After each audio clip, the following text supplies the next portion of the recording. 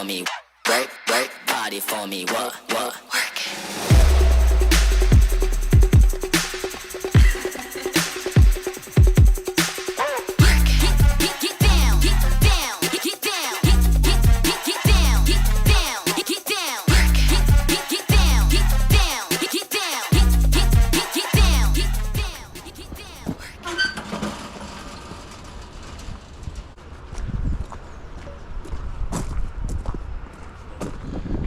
Right, let's see if I can not ditch this barra.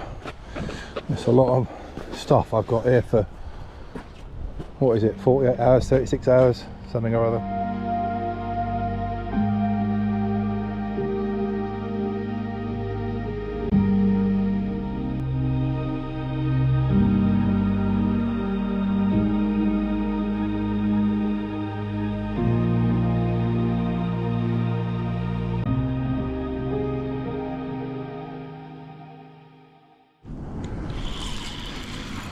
Well, that didn't take long.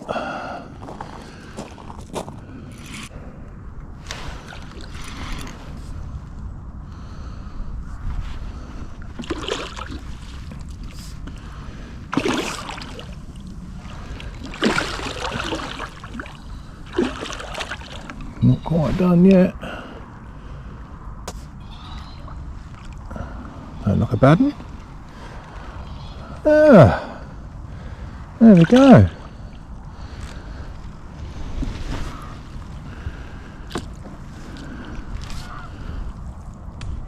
And 2026 is open.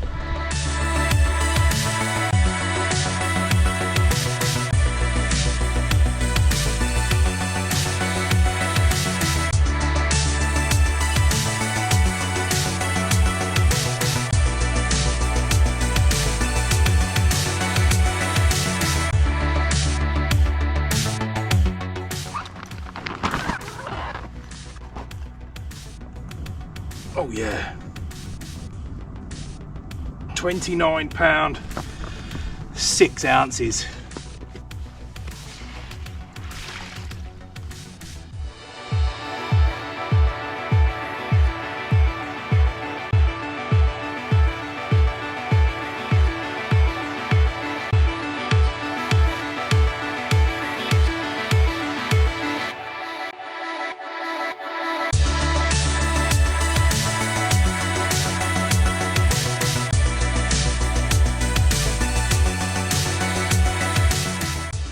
Fish, 29.6.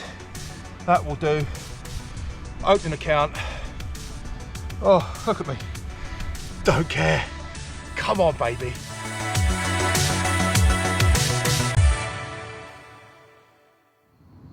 Good morning from the Grange. Not been here now for over a year since that winter special edition I done. I think it was last January. Last January? Yeah, I think it was last January. Or the 20th of January, something like that, yeah. But we are here, it's February, and we've managed to get one. Caught it probably about 11 o'clock, midnight, something like that yesterday, so didn't take long at all. In a different swim to where I was last year. I'm on opposite swim, so I'm in peg 7. So fishing sort of the other end of the lake, and it's actually the back of the wind, but they love to come in here up against this margin and a little bit out in this open water. There's a lovely little sort of harder spot out in the silt, and that's exactly where I had it from, out in the open water.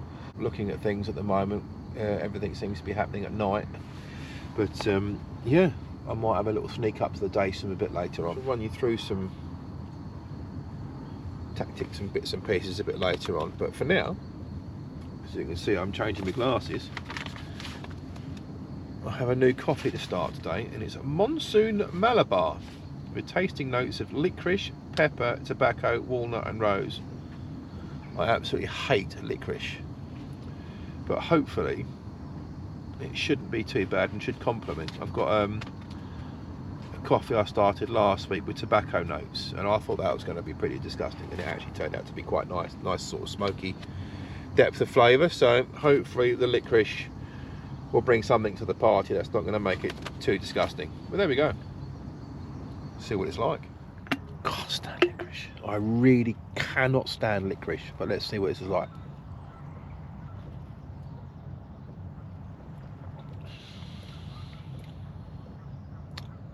Oh, yes.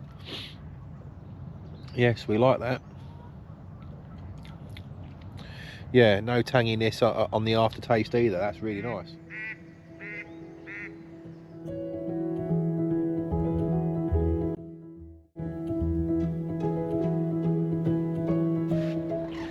I was going to go up a day swim. It's only up in that corner. I'm pretty sure I saw one have a roll up there, although there is a lot of coots and things. So I may have missed one diving, but it's going to be a full night tonight, and they're all due to turn up about lunchtime, so a couple hours.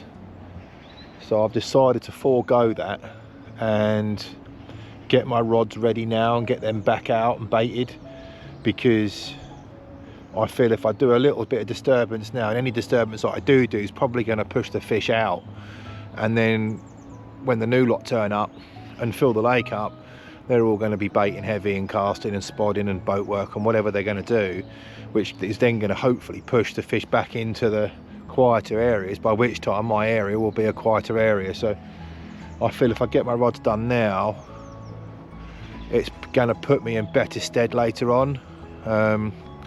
So I think that day swim might have to wait. Might go there tomorrow morning before I go, we'll see. But for now, let's get my rods reeled in, get them rebaited, get them back out, and then hopefully when this new rabble lot turn up, they push them back into my swim. That's the theory anyway. So let's have a look at what the approach is at the moment. So on my left hand rod, I just found a new spot actually. So I'm going to move my, what was my middle rod, over to my left. And on this one I'm using a PB with a top with a worm on a stiff hinged, only a very shallow one. Inline lead, so I'm using my boat. It's only a light lead, 2.5, maybe 3 ounces, so I'm keeping it. It's not a drop-off system, but it does turn into a running lead, so it swivel plugs into the bottom of the lead. You get your take, it pulls away and it turns into a running lead, so it's quite clever. And then bit of lead this leader. Yeah, using the new crimps and knot and crimp covers from RidgeMonkey. I'll go through how I tie that a little bit later. So this is now my middle rod. Similar approach, but using a wafter instead. So this is a PB wafter, just taking the end of it off, a worm tied on, and then the ever faithful Slip D multi-rig, 25-pound soft coated braid, little dropper in the middle there, and then the same lead arrangement as all my other rods. So we're going to tie the stiff hinge rig that I'm using at the moment. We're going to use the crimping pliers from RidgeMonkey. This is what we're going to need. We're going to need some stiff link, some fluorocarbon for the boom, crimp and knot covers, tungsten sinker, size 5 chod hook, crimping pliers, 0.60 crimps, 2 hook pullers, a lighter, pair of scissors, and some 3mm rig rings, and a kettle for steaming it down a bit in a little while. So first things first, we're going to take a length of the stiff link and a size 5 hook.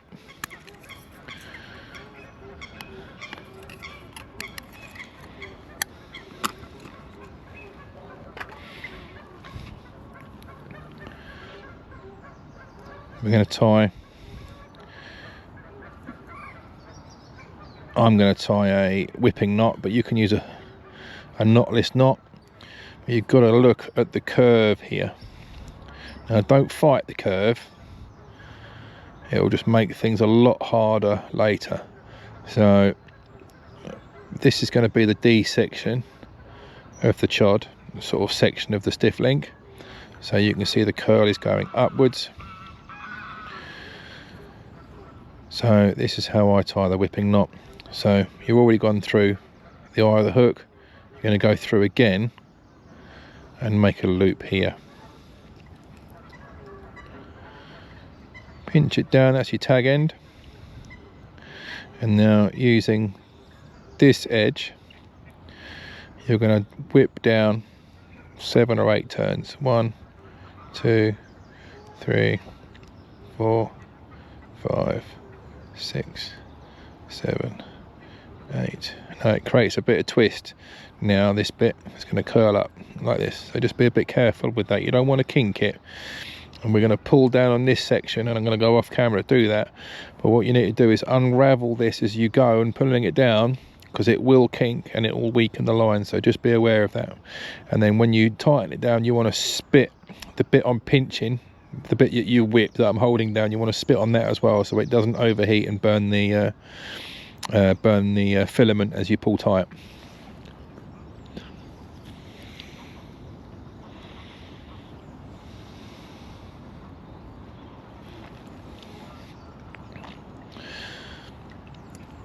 So that's your whipping knot.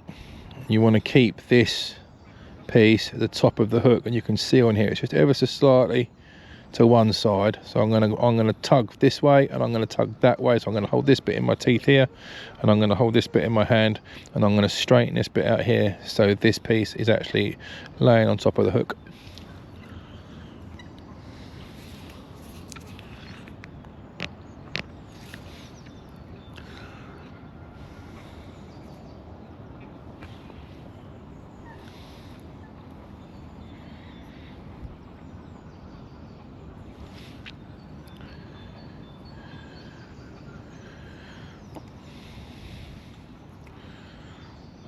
Just like that.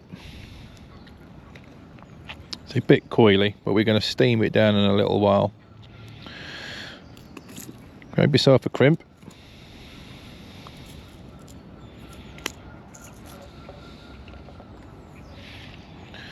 You look at the crimp, and it's a figure of 8. And you're going to put the line down one hole, make your loop the other way, and you're going to put your swivel on, and you're going to come up the other way. And then when you use the crimping pliers, you're going to go, so if you're looking at it as the figure of 8 that way, you're going to crimp downwards like that. So you're crushing the figure of 8 downwards. Don't want to come across ways this way and flatten it. You want to come downwards, otherwise you'll damage everything. So through one. Oh, get my swivel out, forgot a swivel.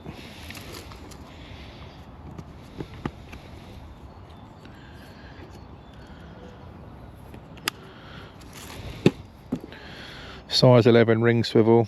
You want to go through the small eye, and you want to pass through the other loop on the crimp.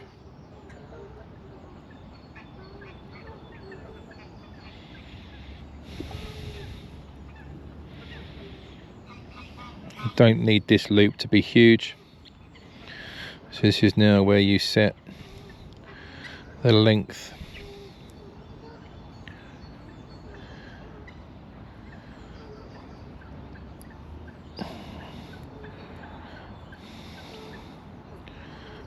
Of the hinge. We want a couple inches. There we go.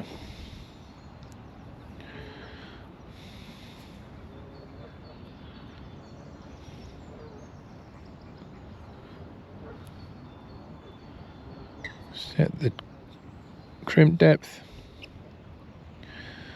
Create a little loop, don't need huge amounts. And on the crimping pliers, you've got 2 holes. One says 0.6, one says 0.7, and you match up the right size hole with the right size crimp. So it's a 0.6 crimp, so I'm going to use the 0.6 hole.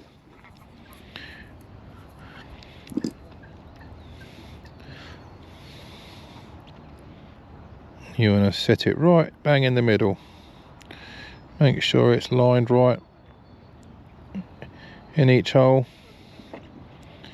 and then give it a good squeeze, and it will crush down perfectly.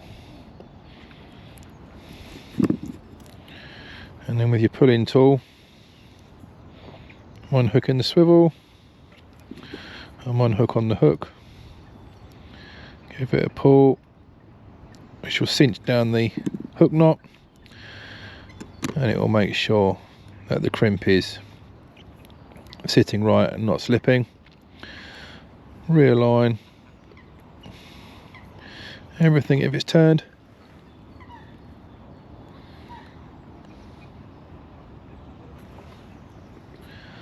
Lovely jubbly. And then we'll just snip off that tag end there.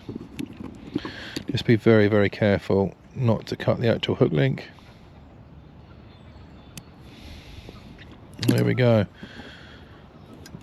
Take it home with you. Don't throw it on the floor. Right then, so that's the chod section crimped. We're just now going to make this D loop here.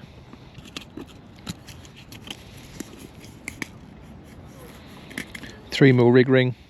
You can use a swivel, but to be quite honest with you, I think they're a lot heavier and you don't really want to add weight, so a rig ring is perfect. You can still blob it down with floss.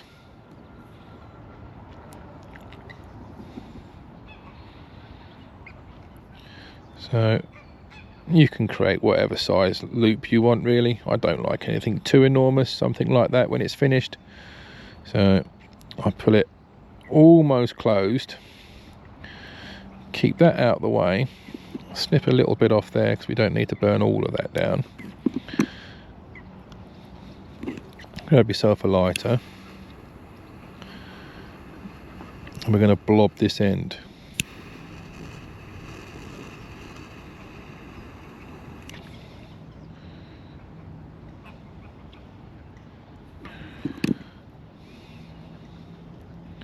So there we go, something like that is absolutely perfect.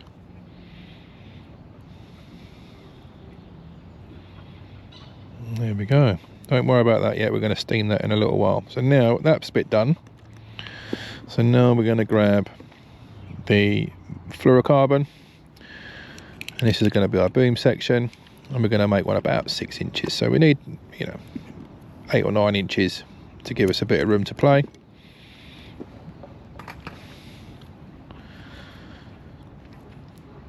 Get your tag end through the big ring of the swivel. Grab yourself another crimp. I'll put them down here.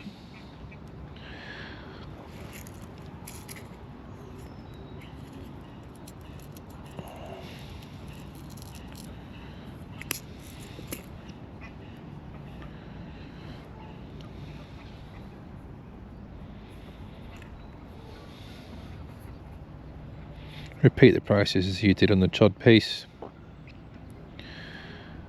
1 through one, and the other tag end through the other.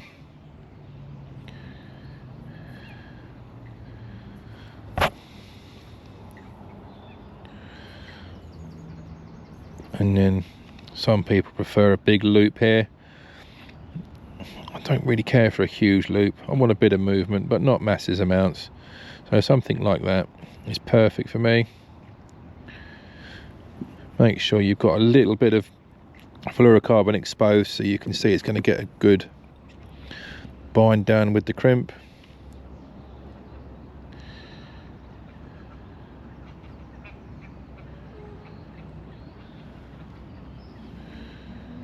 Make sure you're lined right, and good squeeze down.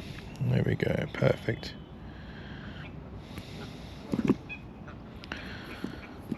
Take the tag end away a little bit if there is any.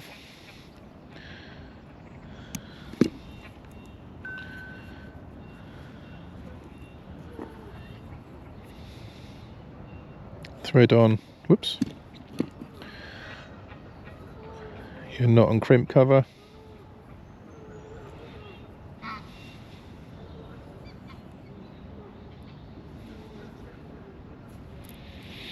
There we go. Now these are perfect. They've got little grooves on. So if you do find that this isn't heavy enough to sink your pop-up, you can put a little bit of putty around there, and these grooves just help bind it together. And then it's the same then with the sinkers. I'm gonna just open up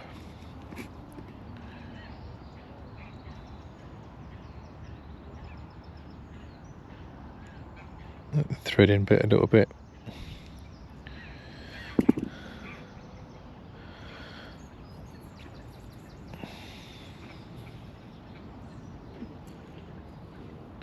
I'm going to thread on a sinker like that.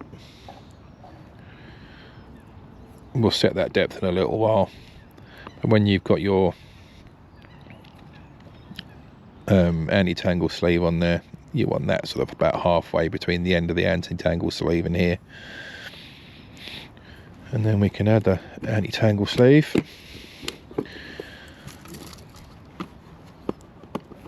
Again, as I like everything pinned down nice. Another tungsten sleeve.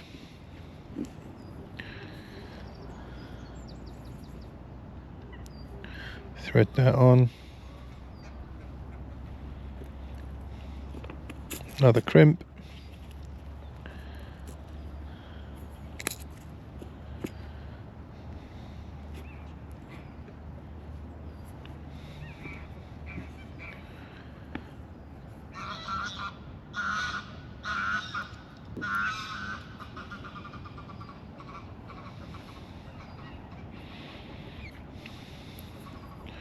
And we're going to want about a 6-inch boom section, something like that.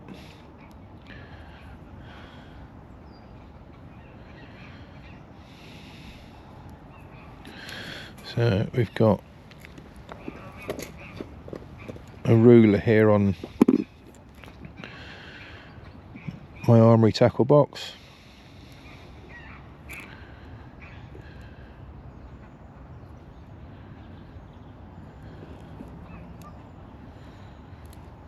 Almost there.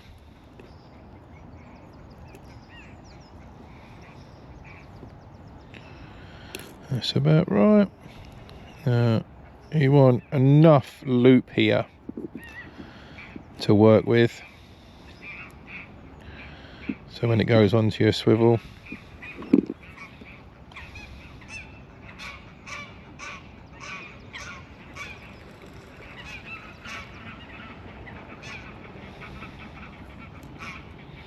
there we go.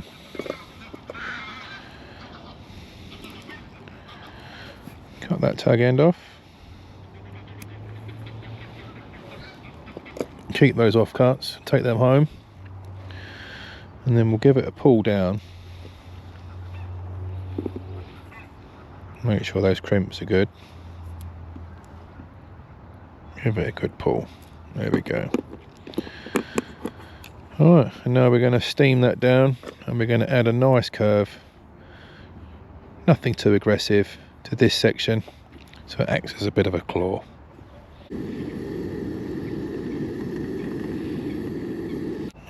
Gonna let that cool now. There we go. A nice little curve on that. You can manipulate it a little bit, help it along its way.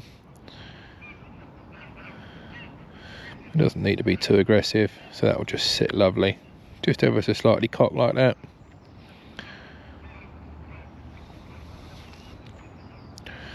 Absolutely perfect. And then you can just blob on a bit of floss, your pop-up of choice. I've got a little yellow one out there. I don't think you're going to go far wrong with that.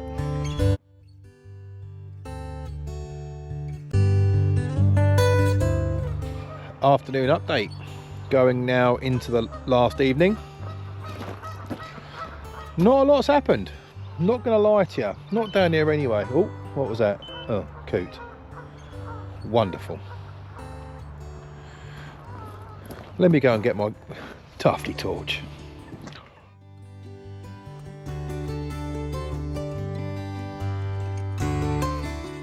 Off you go. Sorry for that interruption. We've got rid of them now.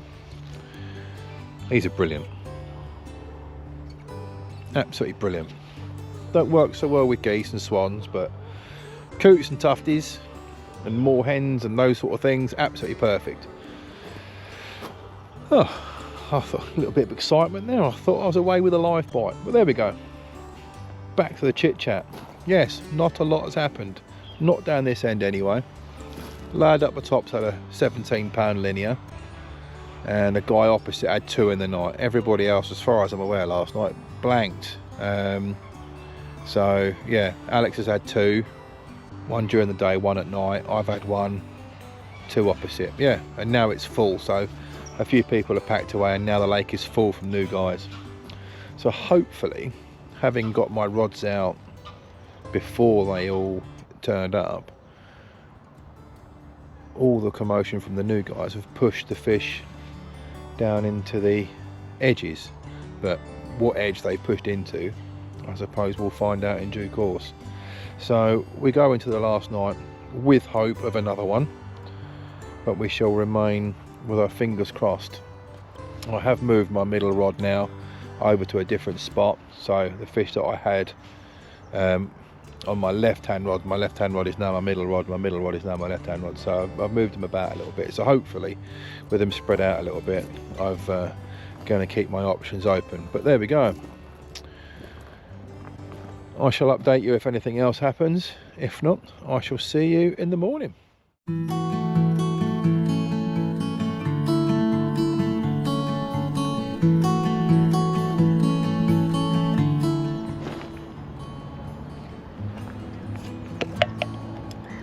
So while I'm enjoying a coffee and a whole packet of biscuits, because let's face it, you can't have just the one, can you? So might as well have a whole packet. Just thought I'd say, Jake and his friend Bailiff Greg came round earlier, and speaking about the fish that I had last night, turns out that fish hasn't actually got a name yet, despite its size. So he's very graciously let me name the fish Mungo, after my friend Jay Mungo Cater, who sadly passed away a week or so ago. It was his birthday yesterday on the day I caught it, and a few friends went out and had a drink in his honour. Unfortunately, I'd already booked to come here, so I decided to come fishing instead. Why not? And yeah, he was obviously looking down on me and caught me that fish, and yeah, a proper little chunk, you know, much like the man himself. So it was very nice of him to let me name it. So cheers, Jay, and thank you, Jake, for letting me name him. So you'll see in the pictures, yeah, £29.6, well happy. So we move into our last night now, in hope of more, but that fish now will be immortalised with the name Mungo, and so anyone who can catch him now, you can see his progress and just see how much of a chunk he becomes.